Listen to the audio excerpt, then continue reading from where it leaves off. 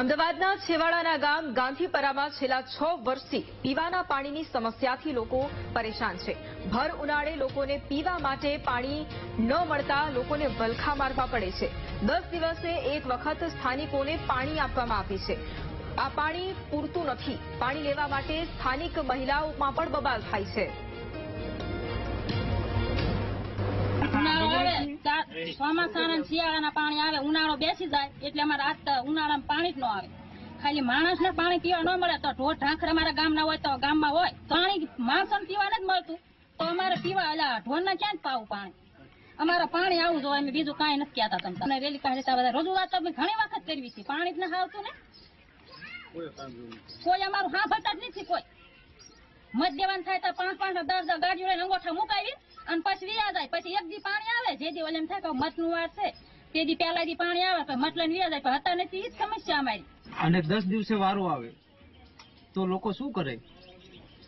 છેલ્લા 3 વર્ષથી આનો આ જ પ્રોબ્લેમ છે. ઉનાળો ચાલુ થાય એટલે ગામમાં પાણીની સમસ્યા વારંવાર રહે છે.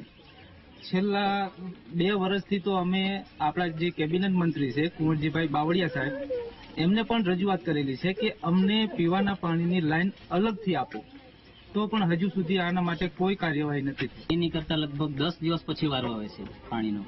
બરાબર, લગભગ 100 કરતા વધારે ઘરોની સંખ્યા છે અને શેરી પ્રમાણે પાણી વેચે છે. બરાબર, હવે શેરી પ્રમાણે વેચે તો પણ જો 10 દિવસમાં વારો આવતો હોય તો તમે વિચાર કરો સાહેબ કે તકલીફ કેટલી હશે. બરાબર, નાના ભૂલકાઓ છે શાળામાં, એમને પણ પાણીની સમસ્યા છે. શાળામાં પાણીની વ્યવસ્થા કરી? વ્યવસ્થા છે, પણ હવે જે મેન લાઈન અમારી છે, બરાબર, હવે એમાં જ પાણી ના આવતું હોય તો પછી અમે કઈ રીતે પ્રોવાઈડ કરીએ? એવું થાય ને. આપણે છીએ ધોલેરા તાલુકાના છેવાડાના દરિયાકાંઠાના ગાંધીપુરા ગામ ખાતે.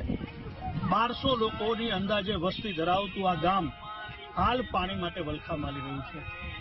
સતત અને વારંવારની સરકારને રજૂઆતો છતાં પણ આજ સુધી આમના પાણીનો પ્રશ્ન હલ નથી થયો. લોકોને ટેન્કર મગાવવા મજબૂર બનવું પડ્યું છે. જે પાણી જળ સે નળની યોજનામાં આ ઘર સુધી પહોંચે છે તે પણ એક અઠવાડિયામાં એક વખત, અને એ પણ ટીપું પાણી આવી રહ્યું છે. ત્યારે અહીંના લોકો માટે આ જીવન ત્રાસદીરૂપ બની ગયું છે. પાણીની સમસ્યા બેહદ વિકટ થઈ ગઈ છે, જેને લઈ ગ્રામજનો હવે આક્રમક મૂડમાં પણ દેખાઈ રહ્યા છે. ત્યારે આજે ગાંધીપરામાં વીટીવીએ રિયાલિટી ચેક કર્યું, જેમાં હોજ જેમાંથી આ પાણી સપ્લાય થાય છે એ હોજમાં પણ ટીપું પાણી નથી. લોકો નવી લાઈન માટેની માંગણી કરી રહ્યા છે, પણ આ તંત્ર ક્યાં સાંભળે છે? એવી જ ક્યાંક આ સ્થિતિ દેવાડાના દરિયાકાંઠાના ગાંધીપરા ગામના 1200 લોકોની દયનીય સ્થિતિ પાણીના વાકે કફોડી હાલતમાં જીવી રહ્યા છે. ત્યારે સરકાર ક્યારે સાંભળશે અને ક્યારે એમના પ્રશ્નનો હલ આવશે તે પૂછી રહ્યા છે. Hariom Solanki, VTV news, Dholera.